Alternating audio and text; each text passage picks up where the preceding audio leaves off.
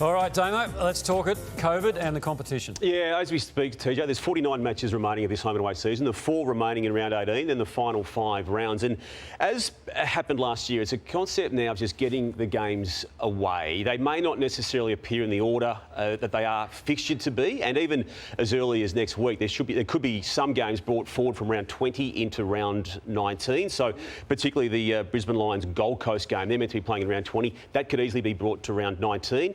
That would then have ramifications for obviously the opponents that they were meant to play in round 19, and that's how it looks at the moment. And even that Port Adelaide Collingwood game on that Friday night, special exemption will still be sought and hopefully given for Collingwood to be able to fly in and out of Adelaide without breaching any major COVID requirement on the state of South Australia. But mindset now just to get the games away as best the AFL can, with full steam ahead as we speak. So that there, round 20, for example, yep. Collingwood and West Coast Eagles, as it stands at the moment, they'd battle for that to go ahead, wouldn't they?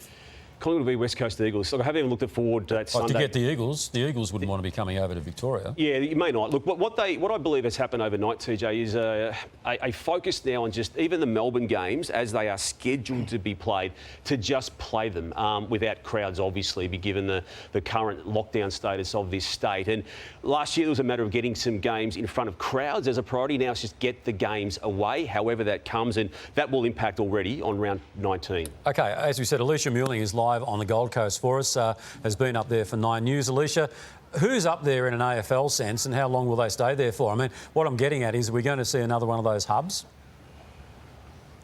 Well, it doesn't seem that way, Tony. It might seem unusual to everyone back home in Victoria, but most clubs have already left the Sunshine State, or at least planning to leave. So we saw Richmond leave from Brisbane yesterday morning, albeit without Dustin Martin. We saw the Bulldogs leave after their win over the Suns late last night. Still unsure as to where North Melbourne will be after their match against Essendon. Of course, they play the Blues and then Geelong in Tasmania.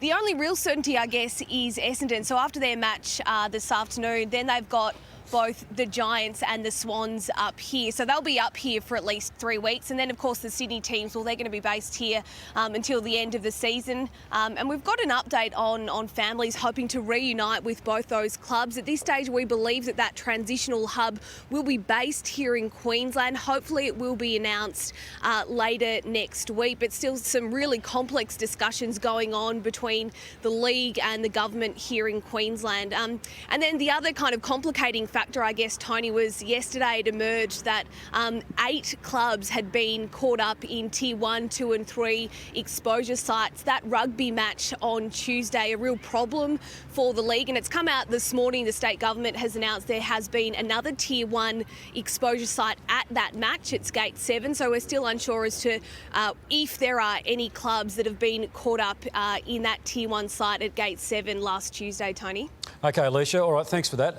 That sums it up beautifully there. So we will come back to you, Alicia, if we can, for an update on Dusty. I know that you've got plenty of information there for us as well. So, well, just enjoy that sunshine while you can, and we'll just continue because... I was just going to say, Alicia touched on the Bombers for the next 3 weeks. They're saying there's accommodation issues up there too, because the NRL have had to move their competition up there. So there was talk that the Bombers may have to move to Noosa for 3 weeks to try and get, they might play at the Gabba some games, Metricon, just because of the issues with accommodation with a lot of other clubs up there from NRL as well. I know it's really early to be talking about the grand final, but it's not essentially, because it is creeping up, and whilst there's no sign of our lockdown finishing at the moment, and Kane, I'd be keen to hear from you also what Adelaide's saying about potentially pouncing on the main game, but when you come out of lockdown, as you know, you don't just sort of reset to what you were prior to lockdown. So, sort of 1 step forward, 2 steps back in a lot of ways. What are you hearing about the grand final? The line on that is it will be at the MCG. No one in official capacity is going to be deviating off that line until they absolutely have to.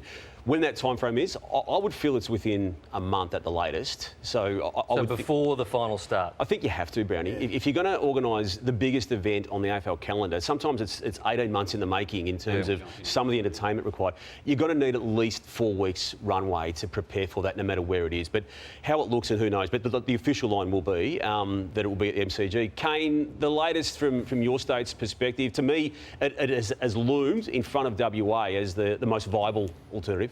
Yeah, South Australia are out, Damo. They haven't been helpful at all for the AFL throughout the last 18 months. They haven't been willing to bend any sort of rule. So I wouldn't think Adelaide Oval is in the equation. It would be Optus Stadium. I wonder, and I ask you the question, what the capacity issue is. So if it's a 50% at the MCG for a grand final, is that the minimum baseline or is it 40? What do you get the feel that would be? I doubt it would be full. Yeah. What's the cut-off? Look, I would think a 50% capacity at a 100,000 stadium is not enough. It doesn't cut it. That's just my view on it. But as I said, we're speculating, obviously, but the competition and the clubs and the industry is doing the same thing. It's just that they're not going to be seeking any headlines for at least 3 weeks around the venue of the grand final. So South Australia, unhelpful. Western Australia, very unhelpful. Yeah. If he actually opened the borders, could we go to WA?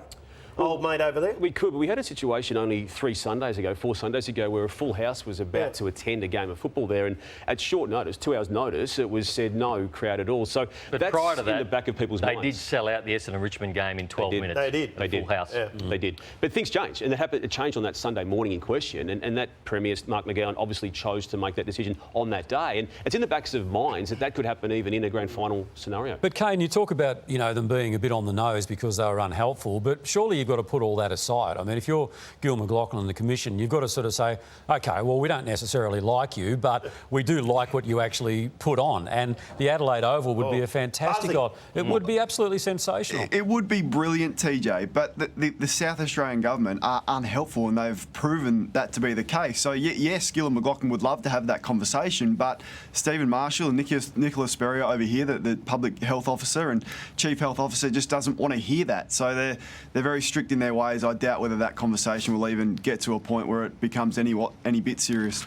And so just as we speak, and as we know, everything we talk about and discuss when it comes to COVID can change in a matter of hours at times. But as we speak, the intent is to get the remaining 49 home and away matches out of the way, to not have a reset and even bringing forward the post-round 23 bye to next weekend. That was mooted by some clubs over the course of the weekend, quite strongly in some quarters. But no, it's full steam ahead as best they can with different matches to the way they appear on fixturing for rounds 19 Should and 20. we scrap the bye? Shouldn't have it anyway. While we can play games, we should just play them. Even if we play the grand final a week earlier, keep playing games. Yeah, absolutely. I think that's a possibility, Lottie. I did ask a specific question about that bye, and no one at this stage can say it would stay there.